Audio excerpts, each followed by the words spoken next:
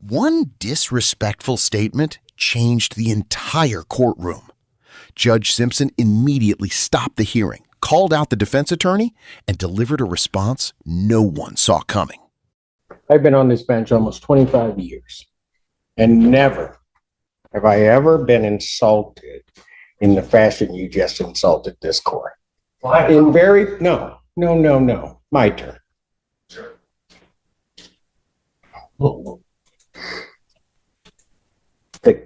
The very first case, when you say the first case I called today was upon receiving a notification about something that I had considered in a bond, was notified that that had been located, this court, to the defendant's benefit, set that hearing. Without notice to any side, I set the hearing. So to be fair to all of the parties, I receive motions all the time regarding bond. And this court just seeks to be fair, to have a hearing. Now, having said that, so maybe you can put that in a little perspective. I heard you that you said you just got the discovery, can't go through it. Well, I'm going to give you about another 18 hours to go through it, because I'm adjourning this hearing for two reasons. To allow you to go through the discovery, to give me a cogent argument as to why I should not grant what the people want. And secondly, because you have raised the ire of this court. I am not going to punish your client by what was one of the most ignorant statements I have heard about the conduct of this court from any counsel in all of my years. I will not, by any means, punish him for that. I do not make my decisions out of anger. I'm adjourning this to tomorrow, May 10th, noon. All the parties are ordered to be here. That is all. That is all. Noon tomorrow. Happy. All right. Court does call the case, People State of Michigan versus James Whitley. Your Honor, for the record, my name is Jeffrey Bennett, very with Mr. Whitley, standing to the right. Sir, please state your name. James Dennis Whitley. This is a continuation of the hearing. Is there anything additional from the people? Nothing additional from the people, Your Honor. Anything additional from the defense? Nothing. Yes, Your Honor. One thing additional is that if the court finds that money bail is necessary, I believe that based on this case, the appropriate bail would be something like a $10,000. The current bond conditions regarding specifically a GPS tether with the exclusion zone and the drug and alcohol testing, I think, address what the primary concerns are in the report. He was intoxicated, and of course he should not be around here.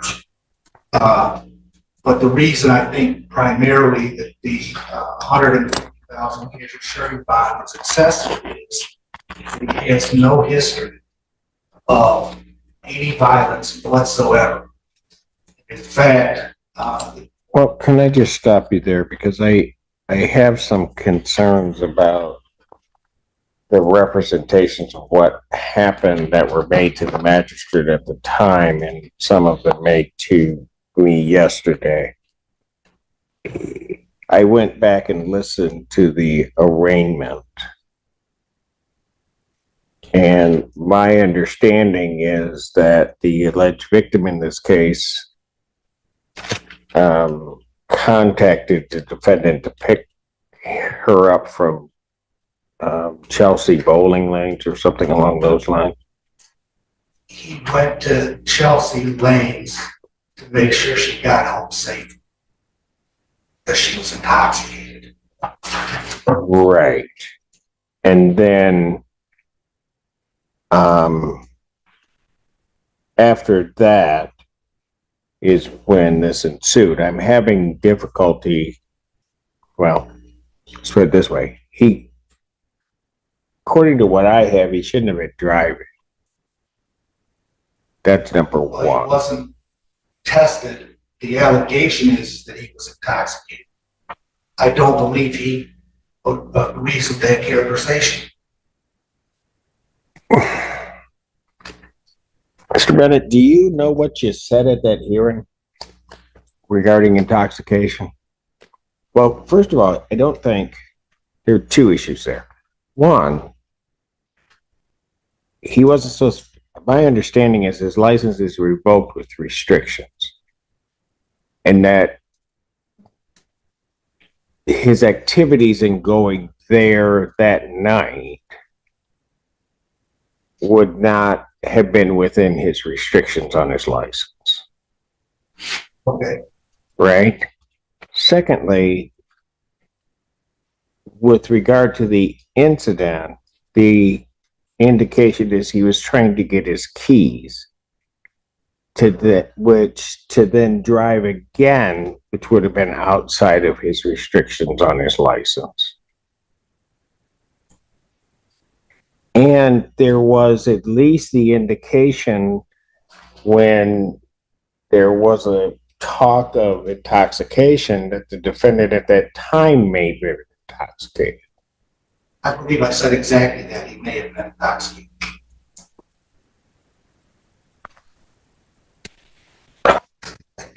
Can I address that concern or not? Go ahead.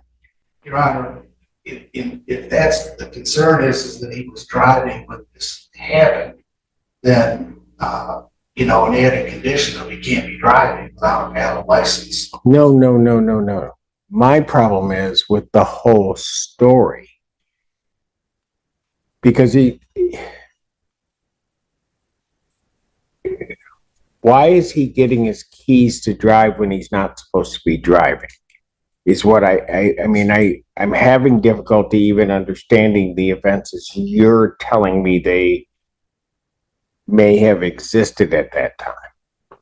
She was intoxicated at Chelsea Lanes. He wanted to try to drive her home. She refused. She drove her cell phone. I haven't seen the alcohol test. I don't know whether that she touched or not. He followed her home to make sure she got there okay. The parties he had generally, I believe, according to the report, spent most nights there. Then they got into an argument and he tried to leave, couldn't find his keys, and that's when the incident with the bed, the phone, and the glass breaking. I think, in my opinion, those sort of discrepancies are only, I guess, the absolute truth, I guess, would be relevant to the bond, but they decrease the likelihood of conviction when you have the alleged victim saying that her statements were entirely accurate, and wishing to recant, and him saying he was looking out for her. When the argument got loud, he had asked her to keep it down so her children wouldn't hear them arguing, because he was concerned about trauma they experienced from a prior abusive relationship. And telling her to calm down actually escalated the fight, and that's when the incident happened in the bedroom, which there's a disagreement about what that was. That, at the end of the day, resulted in the injuries that were sustained by the alleged victim to her wrists, our arms, and a head. I would clear up, since you gave me a chance, there were actually, I believe the people said there were 3 CAT scans, there were 4, there were 3 x-rays. I was able to do what they provided. But I think that the key issue in this bond is somebody who is a close friend, the alleged victim, has known Mr. Whitley for 20 years and said he's not violent, that this has never happened. So regardless of whether or not there's a conviction for purposes of bond, he does not pose. Well, if I consider him a danger, yes. I mean, what I've got here is I've got somebody that shouldn't be driving, who may have been intoxicated, who would have driven on 2 occasions when he's not supposed to be driving, in violation of his restricted license, breaking the law. Then I have this confusion about the incident. I don't even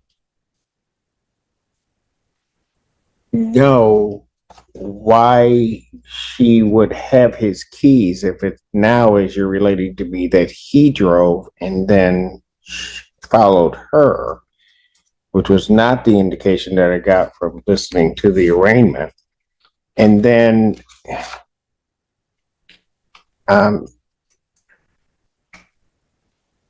altercation occurs that results in what I would consider significant injuries to the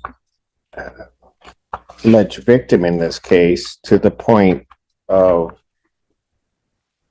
a level of medical care that was required regarding that person, which I think would have been significant. And then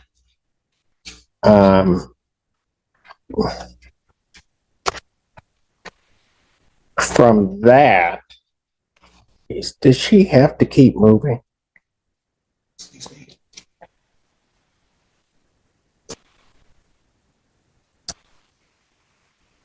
And then,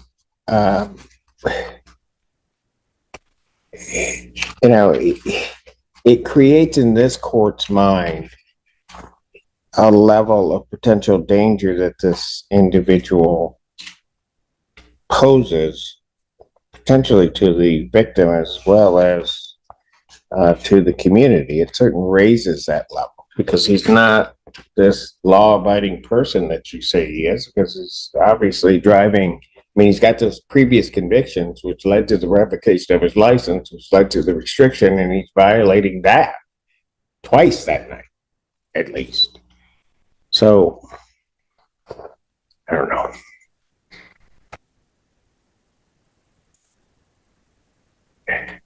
Sparoso, was there something else? No, you're right. Anything else, Mr. Bennett?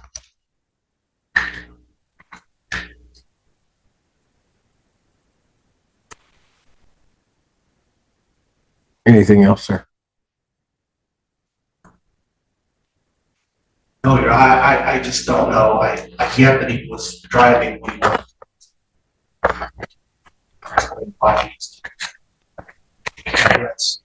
it's violating his restriction. That doesn't warrant $180,000. I do think that some cash bond is appropriate at this point. I think it should be something that powers,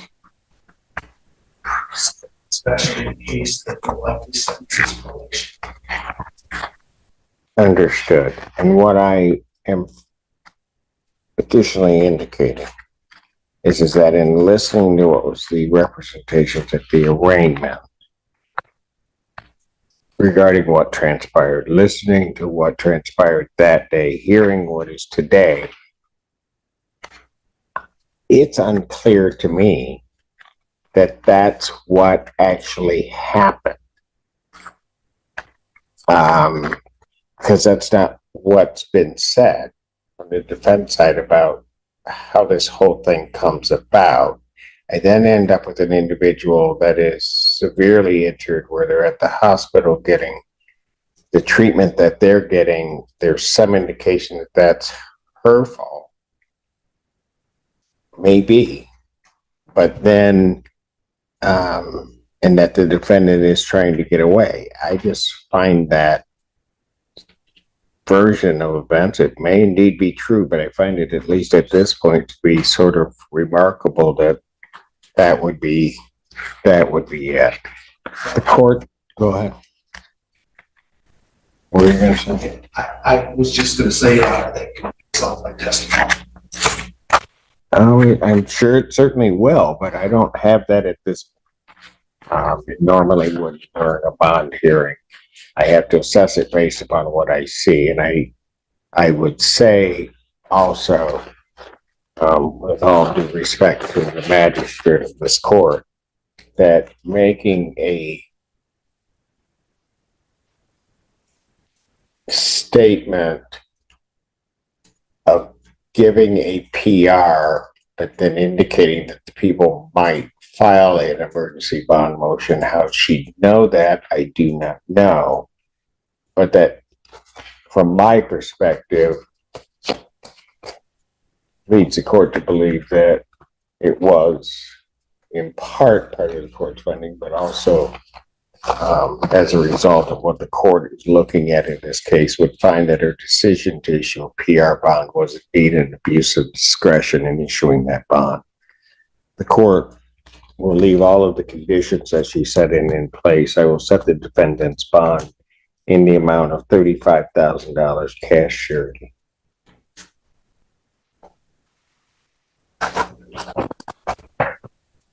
Defendant remanded.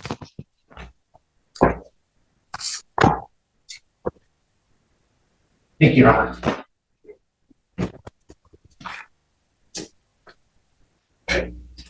Go one. All right. Court's in recess. Thank you. All rise.